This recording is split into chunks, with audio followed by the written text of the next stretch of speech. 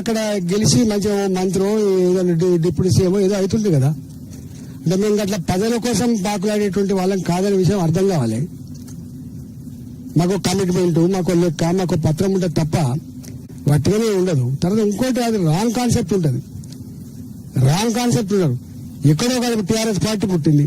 TRS party పుట్టంగానే వాళ్ళకెళ్ళే పుట్టుకొచ్చింది నాయకులంతా కూడా. అనేక పార్టీల నుంచి వచ్చిండ్రు. ఆయన స్టేట్మెంట్ ఇచ్చిండు, జెండాలను పక్క పెట్టండి, పార్టీలను పక్క పెట్టండి, సిద్ధాంతాలను పక్క పెట్టండి, ఆర్ఎస్ఎస్ నుంచి ఆర్ఎస్ వరకు రండి అంటే అందరు వచ్చిండ్రు, పోయిండ్రు, గెలిచిండ్రు. ఇలా మనం చూస్తా ఉన్నాం కాంగ్రెస్ పార్టీలో ఉన్నోళ్ళు ఇలా చక్కన పోతే ఇంకో పార్టీలో ఎమ్మెల్యేలు అవుతున్నారు, మంత్రులు అవుతున్నారు. మళ్ళీ ఆ పార్టీ కాగానే ఈ పార్టీకి వచ్చారు. అంటే పార్టీలు కొద్దిమంది అవసరాల కోసం మారుతుండొచ్చు, మంత్రిపదవి కోసం మారుతుండొచ్చు. కానీ నేను వాస్తవంగా నేను చేసింది రైట్ అని అనుకోవట్లేదు. నేను నాలాంటి పార్టీలు మారాలనేటువంటి ఆలోచన కూడా కాదు, గుర్తుపెట్టుకోండి. ఉక్కిరి కొంతమంది అన్నారు ఆస్తులు కాపాడుకోవడం పోస్తారు. ఏం ఆస్తులు కాపాడుతారు? ఏం కాపాడుతారు వాళ్ళు?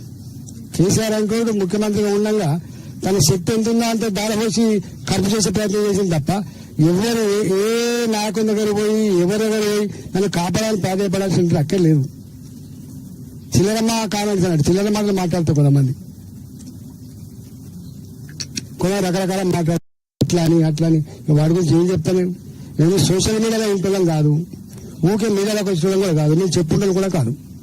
చెప్పుకొని పెడతా ఉంటారు వాళ్ళు. మేమే ప్రజలు నమ్ముకునే వాళ్ళం, ధర్మాన్ని నమ్ముకునే వాళ్ళం, మేము శ్రమను నమ్ముకునే వాళ్ళం, మేము సోషల్ మీడియా నమ్ముకునే వాళ్ళం కాదు, లేదా పేడ్ ఆర్టికల్స్ రాయించుకొని వచ్చేసుకోవడం కూడా కాదు, మేమే చేసుకొని మీడియాలో ఉండటం కూడా కాదు, ఊకే మీడియాలోకి రావాలనేటువంటి ఆరాటం ఉండడం కూడా కాదు. మనిషి శ్రేష్ఠగా ఉంటారు కూడా. రాజకీయాలు అందరు బ్లంట్ ఉంటారని, అందరూ చెడిపోయిందని ఇట్లాంటి ఆలోచన మంచిది కాదు. ఎక్కడో శ్రేష్ఠ ఉన్న వాళ్ళు ఉంటారు, ప్రజల కోసం ఉన్న వాళ్ళు ఉంటారు, స్పందించే వాళ్ళు ఉంటారు, క్యారెక్టర్ ఉన్న వాళ్ళు ఉంటారు.